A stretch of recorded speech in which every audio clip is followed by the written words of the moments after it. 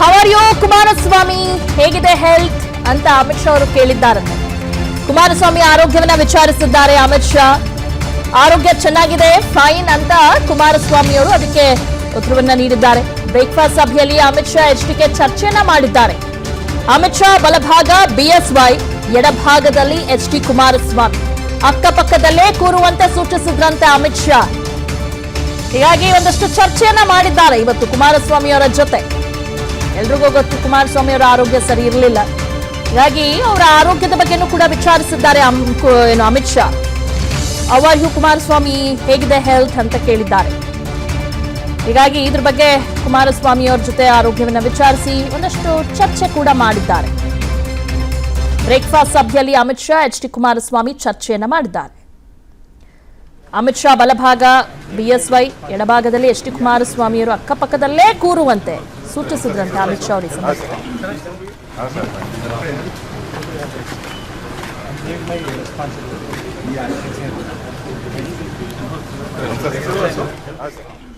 Okay, ಎಲ್ಲದ್ರ ಬಗ್ಗೆ details ಅನ್ನ ನೀಡ್ತಾರೆ ನಮ್ಮ ಪ್ರತಿನಿಧಿ ಮಾರುತಿ ಪಾವಗಡ. ಮಾರುತಿ, ಅಮಿತ್ ಶಾ ಮತ್ತು ಕುಮಾರಸ್ವಾಮಿ ಬಿಎಸ್ವೈ ಇವರು 3 ಜನ ಕೂತ್ಕೊಂಡು ಚರ್ಚೆ ಮಾಡಿದ್ದಾರೆ. ಏನೆಲ್ಲ ಚರ್ಚೆ ಆಗಿದೆ ಅವರ 3 ಜನರ ಮಧ್ಯೆ?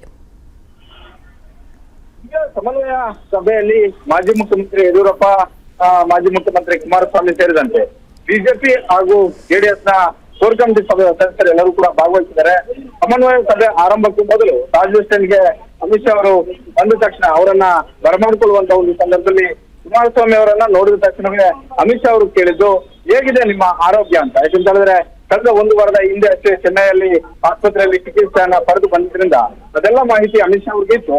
ಈ ನೆಲೆಯಲ್ಲಿ ಅವರ ಕಂಡ ತಕ್ಷಣವೇ ಕೇಳಿದ್ದು, ಹೇಗಿದೆ ನಿಮ್ಮ ಆರೋಗ್ಯ ಅನ್ನುವಂತಹ ಒಂದು ಸೌಜನ್ಯವಾಗಿ ಕೇಳಿರುವಂತದ್ದು.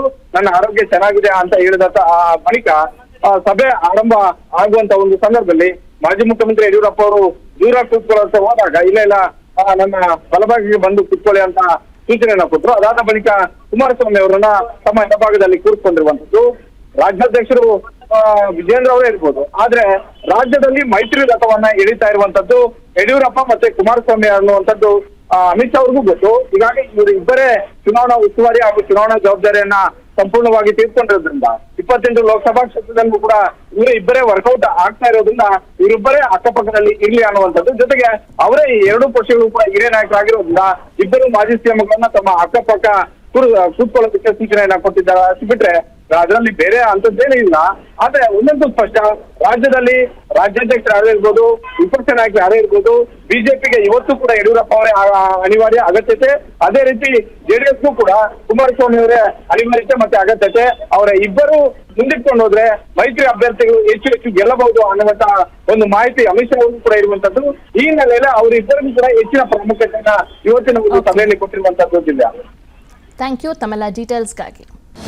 ಅನುಕ್ಷಣದ ಸುದ್ದಿಗಳಿಗಾಗಿ ವಿಸ್ತಾರ ನ್ಯೂಸ್ ಯೂಟ್ಯೂಬ್ ಚಾನೆಲ್ ಸಬ್ಸ್ಕ್ರೈಬ್ ಮಾಡಿ. ಹೊಸ ಸುದ್ದಿಗಳ ನೋಟಿಫಿಕೇಶನ್ಗಾಗಿ ಬೆಲ್ ಐಕಾನ್ ಕ್ಲಿಕ್ ಮಾಡಿ.